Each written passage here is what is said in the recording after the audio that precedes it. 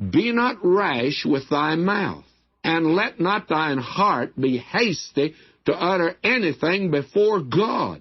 For God is in heaven, and thou upon earth, therefore let thy words be few. My friend, you'll do well to promise God only what you can see you can execute. Oh, I'm afraid today there's so many Christians, they go down to an altar. They've been in little services where they burn candles, and they dedicated themselves until it actually smells to high heaven.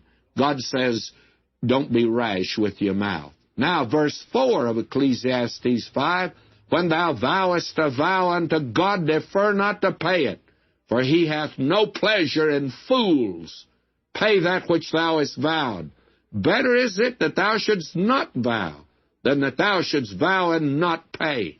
Now, God says you're a fool if you make a vow to him carelessly.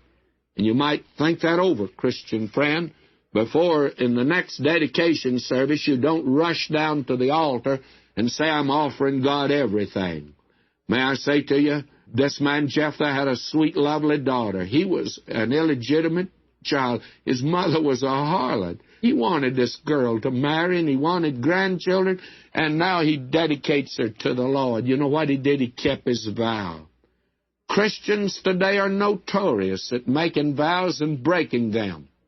I noted that when I began to move in Christian circles, because I was not brought up that way. And when I came in, I remember when I was in my teens, I worked in a bank, and I was bonded like anyone over 21, but I was not. And I went to a young people's conference, and I'd never had any exposure to anything Christian.